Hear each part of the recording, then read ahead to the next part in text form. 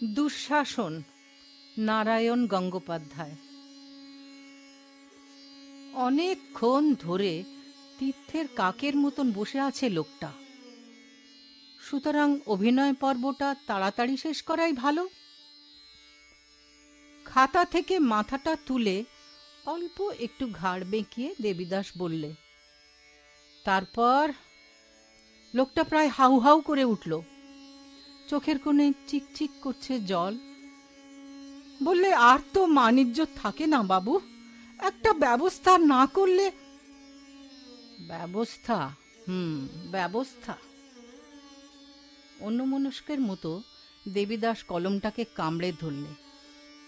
তারপর খোলা জানলা দিয়ে তাকালো বাইরের দিকে। ছোট নদীর খেয়া পার হয়েই ধুলোয় ভরা পথটা হারিয়ে গেছে ধু ধু করা দিক চিহ্নহীন মাঠের ভেতর। প্রখর সূর্যের আলোয় নিজেকে মেলে দিয়েছে নগ্ন অনাবৃত পৃথিবী। এক সারি বনঝাউয়ের গাছ হাওয়ায় হাওয়ায় যেন দীর্ঘশ্বাস ফেলছে। অন্তত একজোড়া কাপড় নইলে আর। কাপড়? দেবীদাস যেন চমকে উঠেছে ঘুম থেকে। কাপড় পাওয়া যাবে কোথায়? চালান নেই, সব সাফ করে বসে আছি। ব্যবসা বাণিজ্য সব গেল, লোকেরও দুর্গতির এক শেষ। লোকটা তবু নাছোড় বান্দা। দেবীদাসের পা আঁকড়ে ধরলে দু হাতে। চোখ দিয়ে এবার তার টপ টপ করে জল পড়তে শুরু করেছে। আপনি ইচ্ছে করলে সব হয় বাবু, একজোড়া কাপড়ও কি গদি থেকে বেরোবে না?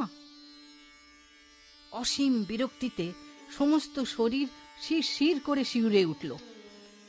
লোকটাকে যেন একটা লাথি মারতে পারলে মনটা খুশি হয়ে ওঠে। কিন্তু কিছুই করলে না দেবীদাস।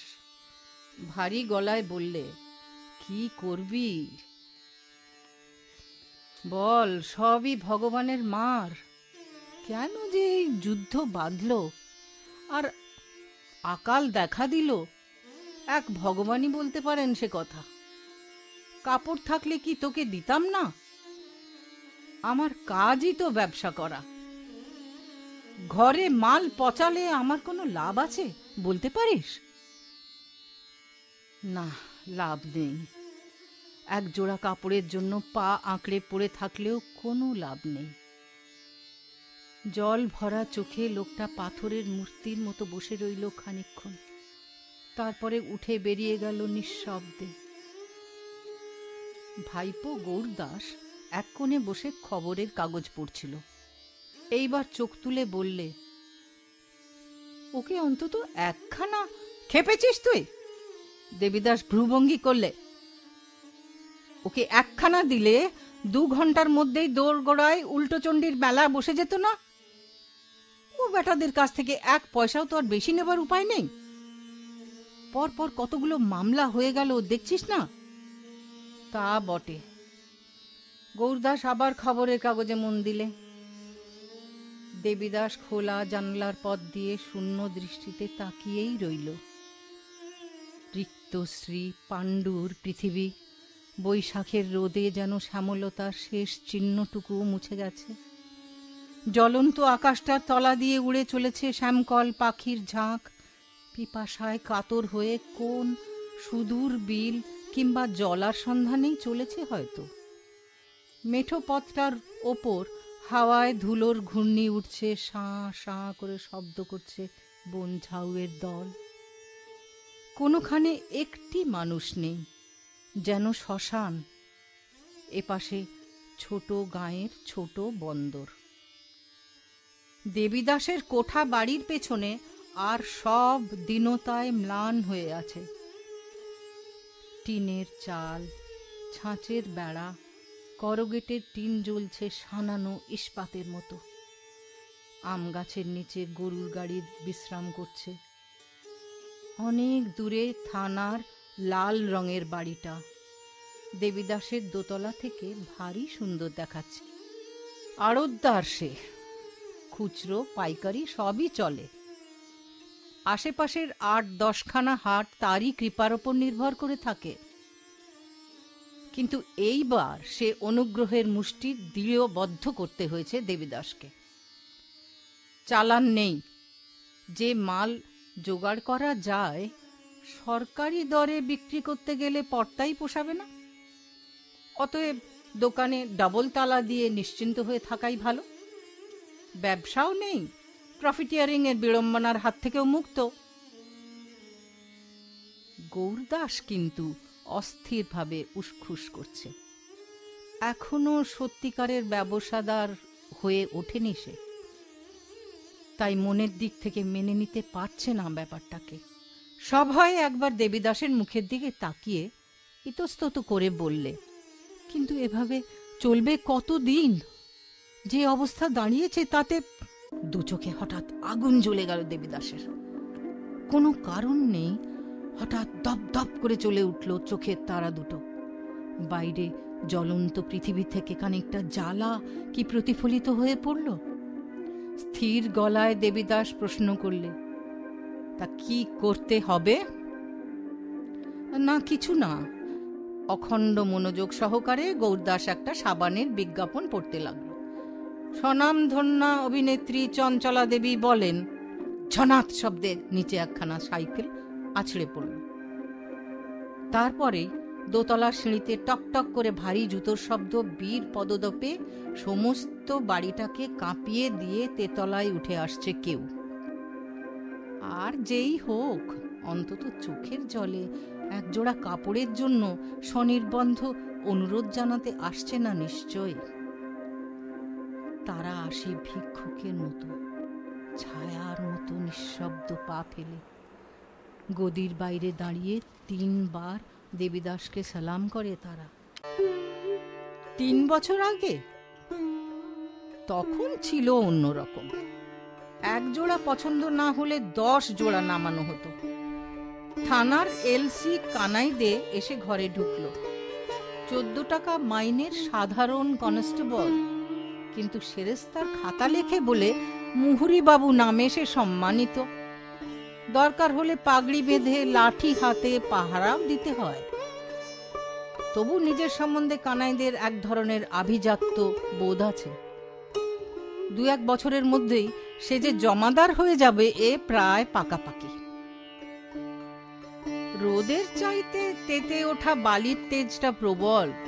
কানাইদের গলার স্বর যেন এসপির মতো উদাত্ত আর গম্ভীর। কি হে সরকার, ফুলছ কেমন? অভ্যর্থনা করার আগেই সশব্দে একখানা চেয়ারে আসন নিলে কানাইদে। লোকটার ধরন ধারণ দেখলে পিত্তি চড়ে যায় দেবীদাসের। কিন্তু যা সময় পড়েছে, এখন শত্রু বাড়ানোর কোনো কাজের কথা নয়। চারিদিকে অসংখ্য রন্ধ্র, কোনটার ভিতর দিয়ে যে শনি প্রবেশ করতে পারে কেউ বলতে পারে না।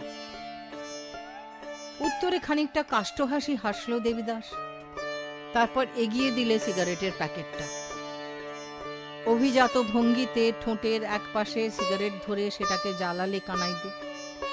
একটা চোখ বন্ধ করে তাকালো বিচিত্র তীর্যক দৃষ্টিতে, যেন আগেই জমাদার হওয়ার জন্য মহড়া নিয়ে নিচ্ছে। এবারে 50 টাকা বার করো দেখি। চাঁদা। 50 টাকা? বিস্ফারিত চোখে দেবীদাস বললে, 50 টাকা? আলবাত, সমুদ্র থেকে 1 আঁজলা। বন্ধু চোখটাকে আধখানা খুলে কানাইদে বললে, দারোগা বাবু শচীকান্ত বলে দিয়েছেন। ক্ষুব্ধ স্বরে দেবীদাস বললে, এ জুলুম। জুলুম? সিগারেট ঠোঁটে নিয়ে নিঃশব্দে যতখানি হেসে ওঠা যায় সেই পরিমাণে কানাইদে হাসল।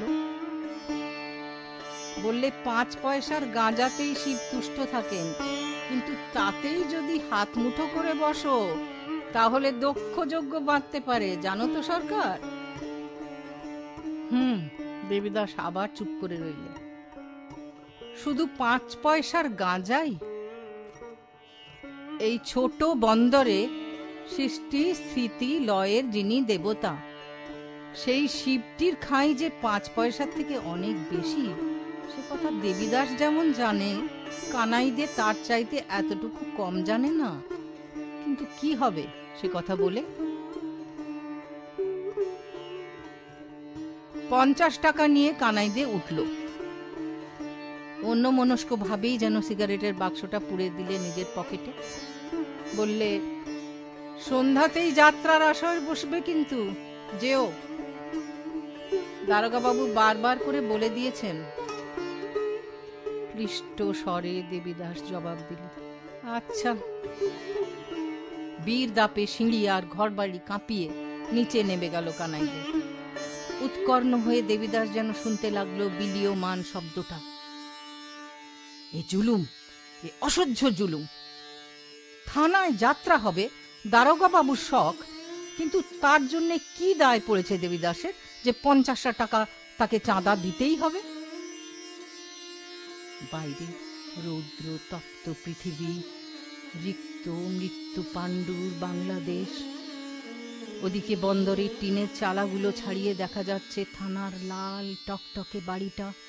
নিষ্প্রাণ মাটির ফাঁটা বুকের ভেতর থেকে তার হৃৎপিণ্ডের মতো যেন বেরিয়ে এসেছে একটা রক্ত জবা। সেদিকে তাকিয়ে দেবীদাস যেন উদ্দীপ্ত হয়ে গেল। জানিস গৌর, থানার বাড়িটার রং অত লাল কেন? খবরের কাগজে হাঁপানির মহর্ষদের বিজ্ঞাপন পড়তে পড়তে গৌরদাস সবিস্ময়ে মুখ তুলে তাকালে। জানিস এত রাঙা কেন হয়েছে? রক্তে, রক্তে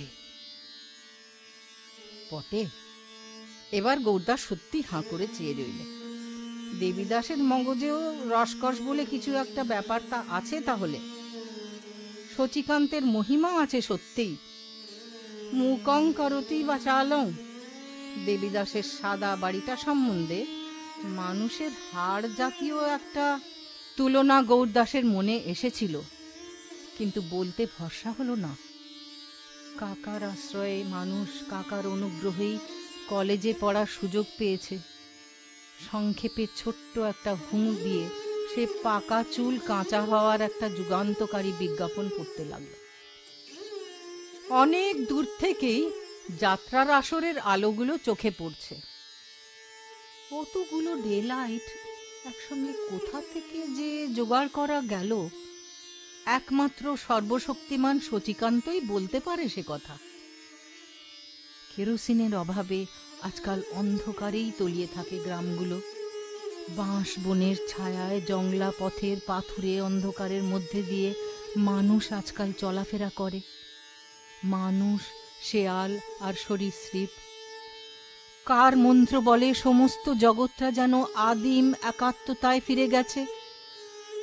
রোজ 2-3টে করে সাপে কাটার এজাহার আসে থানাতে। মানুষের অসহায়তার সুযোগ নিয়ে পৃথিবীর হিংসা যেন নির্মম হয়ে উঠেছে। ওদিকে মুচিপাড়ায় একটি মেয়ে চিৎকার করে কাঁদছে। পরশুদিন নিশুত রাত্রে ওর ঘরের বেড়া ভেঙে শেয়ালের ছেলে চুরি করে নিয়েছে। পরদিন সকালে বাড়ির থেকে 30 হাত দূরেই ছেলের অভুক্ত মাথাটা খুঁজে পাওয়া গেছে। এত কাছে বসে খেয়েছে, অথচ একটা আলোর অভাবে ছেলেটাকে বাঁচানো গেল না। যাত্রার আসরের আলোগুলো অস্বাভাবিক দীপ্তি ছড়াচ্ছে। প্রায় 1/2 মাইল পর্যন্ত তার রেশ এসে পড়েছে। আকাশের অনেকটা সাদা হয়ে গেছে বিচিত্র আলোর কুয়াশায়। গৌরদাসের হঠাৎ মনে হলো শচীকান্ত যেন ক্ষতিপূরণ করতে চায়। এতদিনের সঞ্চিত অন্ধকারকে 5-5টা জোরালো ডে লাইটের আলো ছড়িয়ে যেন দূর করে দেওয়ার সংকল্প করেছে সে। আসরের চারপাশে ভিড় করে দাঁড়িয়ে কালো কালো মানুষের দল। এত ঝাঁঝালো আলো ওদের চোখে সহ্য হচ্ছে না, ধাঁধা লেগে যাচ্ছে যেন। রাশি রাশি আলোয় ওদের চোখের নিচে কালো ছায়াগুলো আরো বেশি কালো হয়ে পড়ছে। বুকের হাড়গুলো জ্বলে উঠছে ঝকঝক করে। গৌরদাস ভাবতে লাগলো, শরীরী দেহ ছাড়িয়ে লোকগুলো যেন অশরীরী হওয়ার চেষ্টা করছে। সর্বাঙ্গ থেকে ঠিকরে পড়ছে আত্মিক একটা জ্যোতির্ময়তা। সূচিকান্তের ভাব দেখে মনে হচ্ছে এ যেন তার মেয়ের বিয়ে। সৌজন্য এবং অমায়িকতার বহর দেখে সমস্ত লোক সন্ত্রস্ত হয়ে উঠেছে। ওরে বস বস, তোরা বসে পড়, বসে পড়। দাঁড়িয়ে রইলি কেন? তোদেরই তো গান। আরে তোদের জন্যই তো 150 টাকা খরচা করে বৈকুণ্ঠ অধিকারী দল আনালাম। নে বসে পড়। সদাশয়তার সীমা নেই।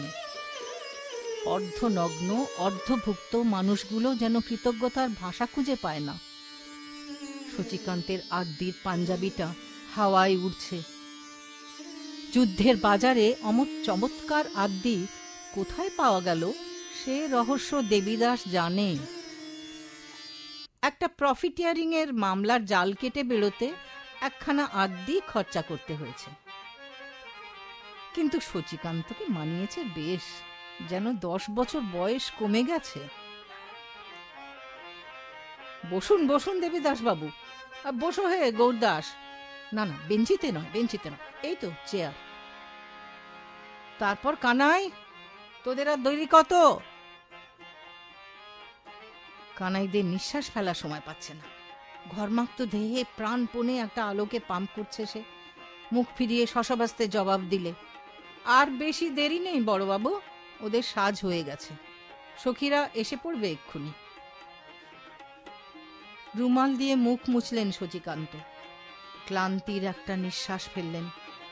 তারপর এসে বসলেন দেবীদাসের পাশের চেয়ারটাতে। মদ আর সিগারেটের একটা মিলিত গন্ধ অনুভব করলে দেবীদাস। আসরে বেহালার ছড়ে টান পড়েছে, টুম টুম করে তবলা বাজছে, থেকে থেকে ঝমর ঝমর করে উঠছে খরতাল। সব মিলিয়ে বেশ একটা অনুকূল পরিবেশ গড়ে উঠেছে। কালি পরা কোঠরের ভেতর থেকে চকচক করে উঠছে কালো মানুষের চোখগুলো। সমস্ত দিনের অতি বাস্তব সংঘাতের পরে একটি রাত্রের মায়ালোক। একটা সিগারেট ধরিয়ে আর একটা দেবীদাসের দিকে বাড়িয়ে দিল সচিকান্ত। দুঃশাসনের রক্তপান লাগিয়ে দিলাম, ভালোই হবে, কি বলেন সরকার মশাই? আপ্যায়িত হয়ে দেবীদাস হাসলে, আগে হ্যাঁ, ভালো হবে বই কি। বেহালার ছড়ে সুরের আবেশ এসেছে, তবলা তাল পড়ছে।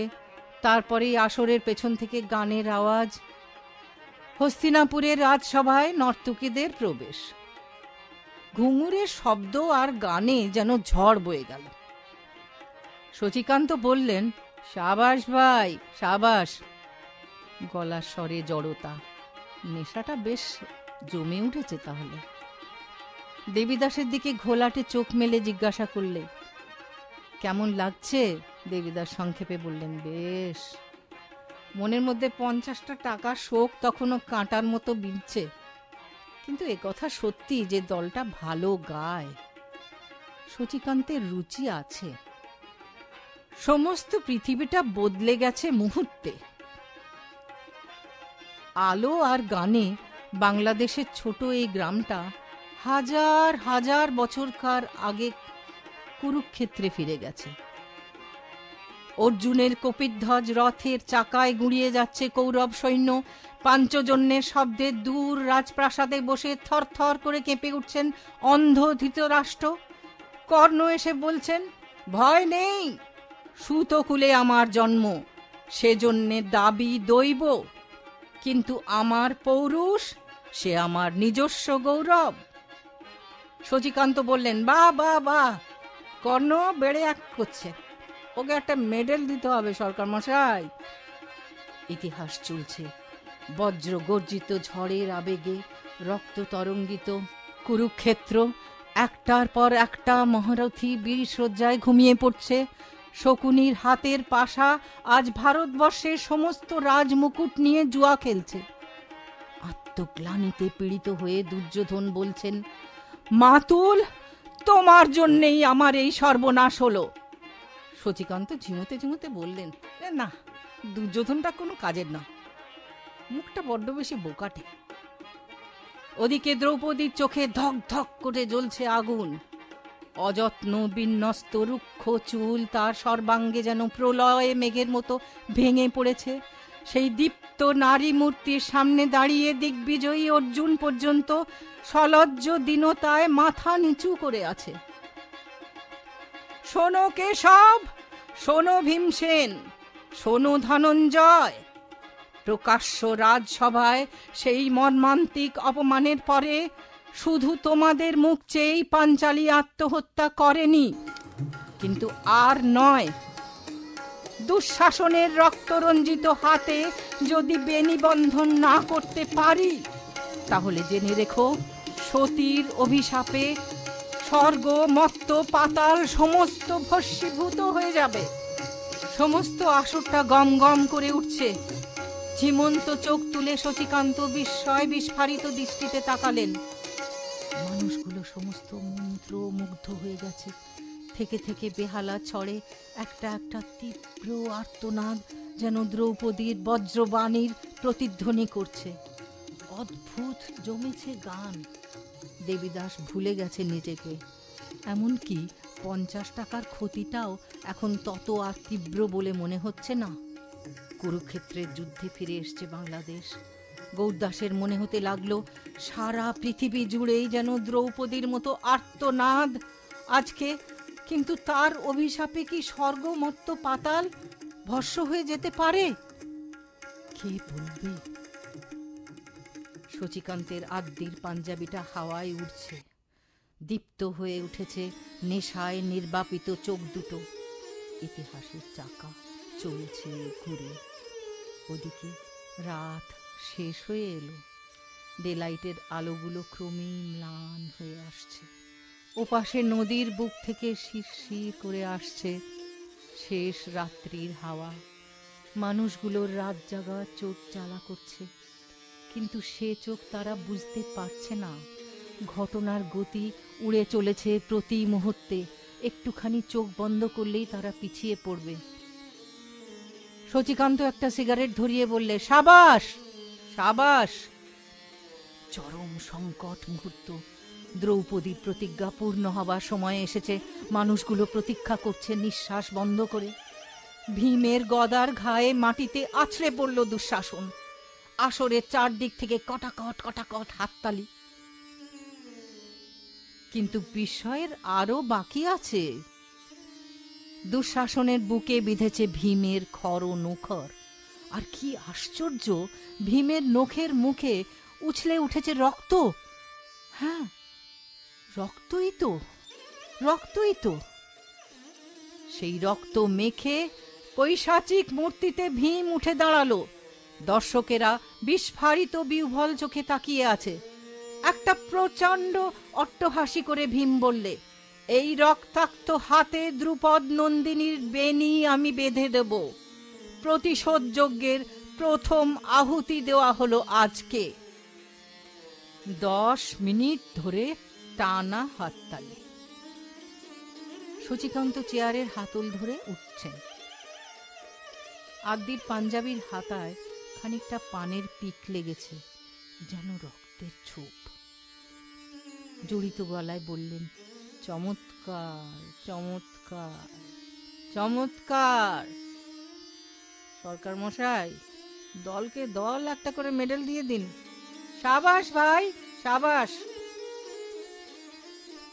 বেহালা ফেলে অধিকারী উঠে এলো তড়িৎ গতিতে। ভূমি নমস্কার করে বিগলিত হাস্যে বললে, হুজুরের অনুগ্রহ। ভোরের আলোয় ঝলমল করছে পৃথিবী। সারা রাত জেগে বসে থেকে সমস্ত শরীর আড়ষ্ট আর অসাড় হয়ে উঠেছে। মস্ত একটা হাই তুলে দেবীদাস বললে, চল রে গৌর, এবার যাওয়া যাক। ধুলোয় ভরা পথ দিয়ে দুজনে এগিয়ে চলল নিঃশব্দে। ধান কাটা মাঠ থেকে হাওয়া এসে খেলা করছে গৌরদাসের বিশৃঙ্খল চুলের মধ্যে। দেবীদাস অন্য মনস্কের মতো বললে, বেশ গাইলে না রে? হ্যাঁ। একটু এগিয়ে মুচিপাড়া। পুত্রহারা মা নিয়ে বিনিয়ে কাঁদছে এখনো। তার ছেলেকে চুরি করে খেয়েছে শেয়ালে, আর খেয়েছে তার ঘরের পাশে বসেই। আকাশ ভরা এত আলো, এমন অকৃপণ সূর্য, রাত্রির অন্ধকারে কোথায় মিলিয়ে যায় এই আলো? এই সূর্য ডুবে যায় কোন অতল সমুদ্রে? দেবীদাস বললে, চল লক্ষণ মুচিটিকে একটা ডাক দিয়ে যাই। দুজোড়া জুতো পাঠিয়েছিলাম, দিয়ে গেল না তো। ওরা মুচিপাড়ায় পা দিতেই 3-4টে কুকুর হঠাৎ চিৎকার করে উঠল তারস্বরে। প্যাক প্যাক করে ডোবায় গিয়ে নামলো কতগুলো পাতিহাঁস। প্রকাণ্ড একটা মাটির গামলায় নীল জল, চামড়া ধোয়ার গন্ধ উঠছে তার থেকে। কতগুলো ছোট বড় চামড়া ট্যান করার জন্য ছোট ছোট বাঁশের খুঁটো দিয়ে আটা। মুচিদের ভাঙা ঘরগুলো ভগবানের দয়ার ওপরে আত্মসমর্পণ করে বেঁকে চুরে অসহায় ভঙ্গিতে দাঁড়িয়ে আছে। লক্ষণ, লক্ষণ আছিস? ঘাটের দিক থেকে একটি ষোড়শী মেয়ে জল নিয়ে আসছিল। মানুষের গলা শুনেই বিদ্যুৎ গতিতে কোথায় মিলিয়ে গেল আবার, আর একসঙ্গেই চমকে উঠল দেবীদাস আর গৌরদাসের দৃষ্টি। ছল ছল করে উঠল রক্ত। মেয়েটি সম্পূর্ণ নগ্ন, কোথাও একখানি এক ফালি কাপড় নেই, কাপড় পাবার উপায়ও নেই। যুগের দুঃশাসন নির্লজ্জ পাশব হাতে বস্ত্র হরণ করেছে তার সমস্ত লজ্জা, তার সমস্ত মর্যাদাকে নিষ্ঠুর উপহাসে মেলে দিয়েছে লোলুপ পৃথিবীর সামনে। ভেতর থেকে সন্ত্রস্ত নারী কণ্ঠে শোনা গেল, লক্ষণ বেরিয়ে গেছে। ও আচ্ছা। দুজনে আবার নিঃশব্দে রাস্তা দিয়ে চলতে লাগলো। গৌরদাসের মনে হলো, যে দুঃশাসন বাংলাকে বিবস্ত্র করেছে তারও কি প্রায়শ্চিত্ত করতে হবে একদিন? তাকেও কি রক্ত দিতে হবে কুরুক্ষেত্রের প্রান্তরে? রাত্রি জাগরণে দেবীদাসের মুখটা অদ্ভুত বিষণ্ণ আর পাণ্ডুর। ওদিকে ফসলহীন রিক্ত মাঠ, তারই ভাঙা আলের ওপর দিয়ে একদল লোক কাজ করতে চলেছে। তাদের ধারালো হেঁসোগুলিতে সূর্যের আলো ঝিকিয়ে উঠেছে। অকারণে, অত্যন্ত অকারণে বড় বেশি ভয় করতে লাগলো গৌরদাসের। অমন অমন ঝকঝকে করে কেন হেঁসোতে শান দেয় ওরা?